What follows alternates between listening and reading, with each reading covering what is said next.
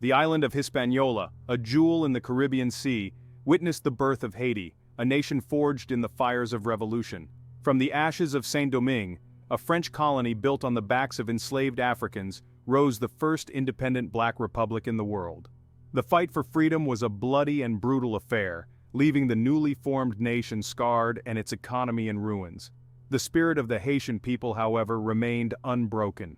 France, bitter from its defeat, demanded an exorbitant sum as compensation for its lost property, the enslaved Africans and the land they had toiled on for generations. This demand marked the beginning of Haiti's long and arduous journey under the crushing weight of debt. The echoes of this injustice would reverberate through Haiti's history, shaping its destiny for centuries to come.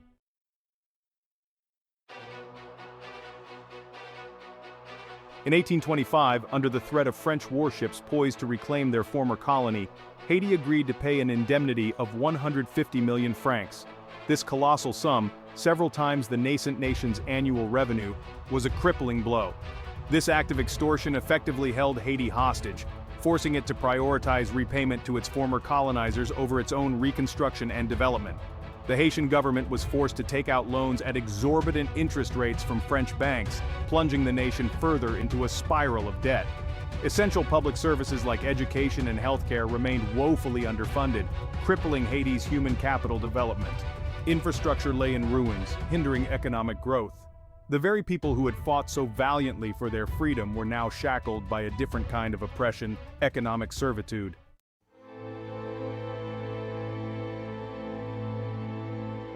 The Haitian people, having tasted freedom after centuries of brutal enslavement, found themselves facing a new enemy, an insurmountable debt.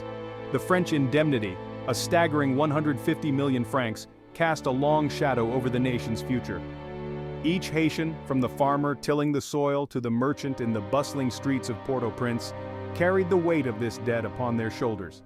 The government, desperate to meet the crippling payments, imposed heavy taxes on its citizens. Every bushel of coffee harvested, every ounce of sugarcane processed, a portion was siphoned off to appease the insatiable appetite of the former colonizers.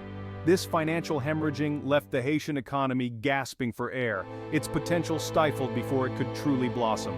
The most crushing consequence of this economic stranglehold was the insidious erosion of hope. The dream of a prosperous and self-reliant Haiti, a beacon of freedom for black people around the world, began to fade.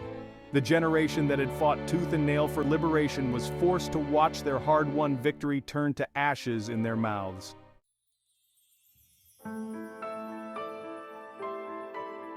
The human cost of Haiti's debt was agonizingly profound. The lack of resources for essential services like education and healthcare condemned generations of Haitians to a life of hardship. Schools, starved of funding, struggled to provide even the most basic education. Hospitals, lacking even the most rudimentary medical supplies, became places of last resort. Diseases, easily preventable with proper care, ravaged communities, leaving behind a trail of grief and despair.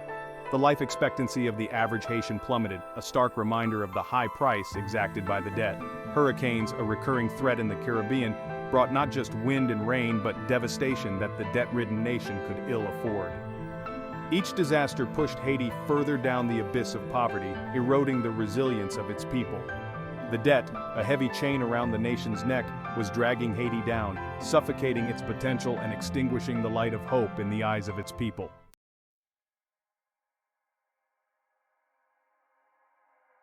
The once thriving fields of Haiti, once teeming with sugarcane, coffee, and indigo, bore the scars of the nation's economic hardship. The lack of investment in modern agricultural techniques, a direct consequence of the crushing debt burden, condemned Haitian farmers to a life of subsistence farming. The bounty of the land, once destined for international markets, was now barely enough to feed their families. Factories, starved of capital and crippled by the lack of basic infrastructure, struggled to take root. The dream of transforming Haiti from an agricultural society to a modern, industrialized nation seemed like a distant and unattainable goal. The lack of economic opportunities forced many Haitians to seek a better life elsewhere. The nation, hemorrhaging its most valuable resource, its people, witnessed a mass exodus of skilled workers and professionals. This brain drain further weakened the already fragile economy, creating a vicious cycle of poverty and underdevelopment. It was a constant reminder of the heavy price Haiti continued to pay for its hard-won freedom, a price measured not just in francs but in lost opportunities, unfulfilled dreams, and the shattered aspirations of generations.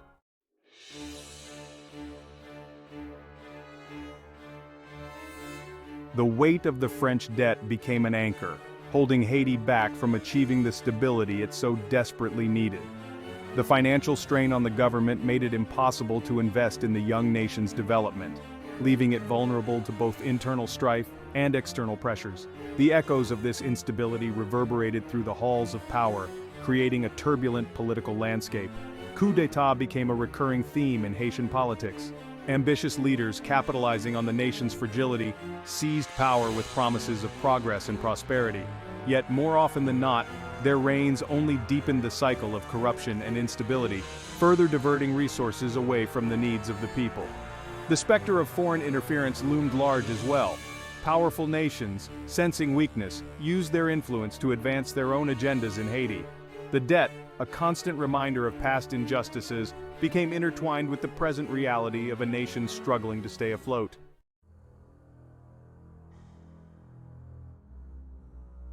As the decades passed, the struggle for true democracy in Haiti became increasingly fraught. The yearning for stability, for a leader who could finally lift the nation from the mire of debt and underdevelopment, created fertile ground for authoritarianism. Figures like François Duvalier, known as Papa Doc, rose to power, promising order and progress but delivering repression and fear. Duvalier and his son, Jean-Claude Baby Doc, ruled Haiti with an iron fist for almost 3 decades. Their regime, notorious for its brutality and corruption, cast a long shadow over the nation. Under the Duvalier, the little economic progress that had been made was siphoned off to enrich the ruling elite. The Haitian people, their voices silenced, their spirits crushed, endured unimaginable suffering. The dream of a Haiti free from both external debt and internal oppression seemed more distant than ever.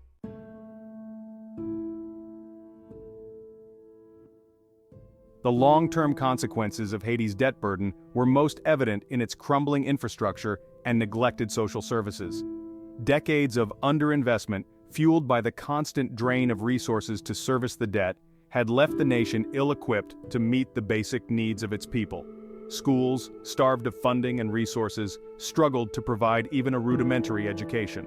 The literacy rate remained alarmingly low, trapping generations of Haitians in a cycle of poverty and limited opportunities. Healthcare systems, already fragile, teetered on the brink of collapse.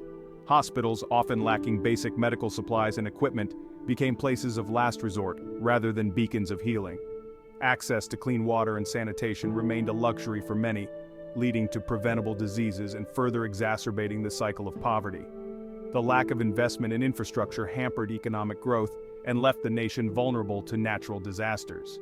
The devastating earthquake of 2010 laid bare the fragility of Haiti's infrastructure, causing widespread destruction and further setting back the nation's development.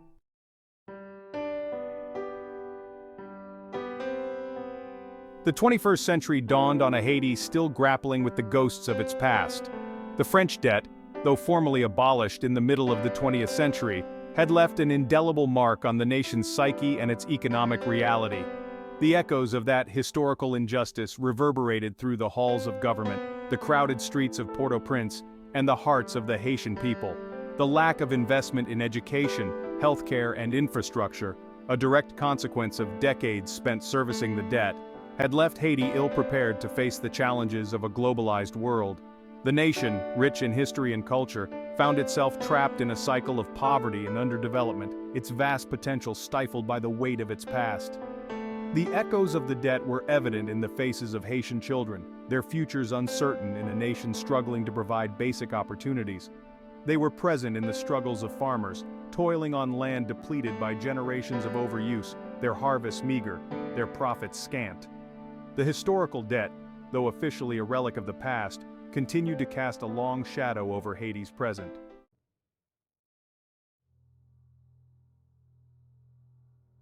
The most insidious consequence of Haiti's historical debt was the creation of a system of dependence that extended far beyond the financial realm. The decades spent funneling scarce resources to foreign creditors had crippled the nation's ability to invest in its own people, creating a vicious cycle of poverty, instability, and underdevelopment. The lack of quality education trapped generations of Haitians in a cycle of poverty, limiting their opportunities and hindering their ability to contribute to the nation's development. The absence of adequate healthcare infrastructure left the population vulnerable to preventable diseases, further straining the economy and perpetuating a sense of hopelessness. The lack of investment in infrastructure, a direct consequence of the debt burden, made it difficult for businesses to thrive and for Haiti to compete in the global marketplace. The nation's potential, rich in natural resources and human talent, remained largely untapped, held hostage by the ghosts of its past.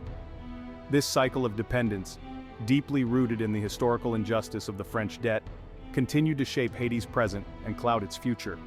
It served as a stark reminder of the enduring legacy of colonialism and the urgent need for a more just and equitable global economic order.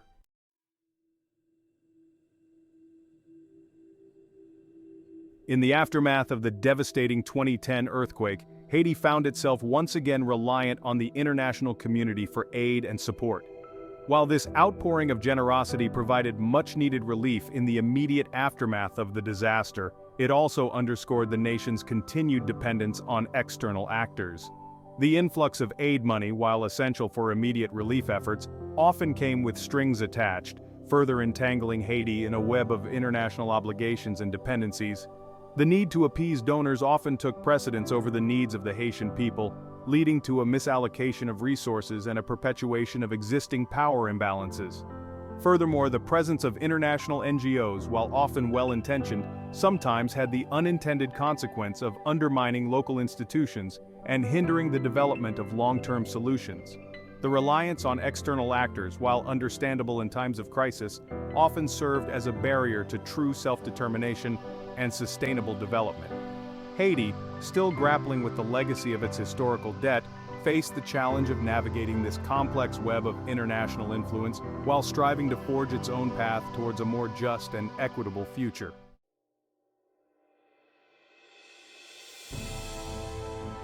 Section 1. The Unfinished Revolution, a Call for Justice and Reparations. Haiti's story is not just a tale of historical injustice, it's a stark reminder of the enduring legacy of colonialism and its impact on the global South. The French debt, though formally abolished, continues to cast a long shadow on Haiti's development, a potent symbol of the unequal power dynamics that still shape international relations. The call for reparations for Haiti is not merely a demand for financial compensation, it's a demand for recognition of the immense human and economic cost inflicted upon the Haitian people. It's a call for a reassessment of the historical narrative, one that acknowledges the barbarity of slavery and the hypocrisy of a nation that demanded payment for the loss of its enslaved population. The movement for reparations gains traction not just in Haiti, but across the globe. Scholars, activists, and policymakers are increasingly recognizing the moral imperative to address the enduring legacies of colonialism and slavery. The demand for reparations for Haiti stands as a litmus test for the international community's commitment to justice and equity. The struggle for Haiti's liberation, ignited in the fires of revolution, remains unfinished.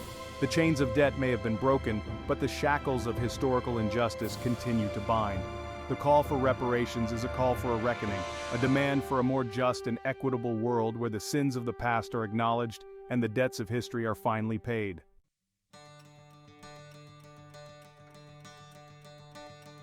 Section 2. Seeds of Hope. Reclaiming the Haitian Narrative. Despite the immense challenges Haiti faces, the spirit of its people remains unbroken. The resilience forged in the crucible of revolution continues to fuel the dreams of a brighter future, a future where the echoes of debt are replaced by the sounds of progress and prosperity. Across Haiti, seeds of hope are being sown.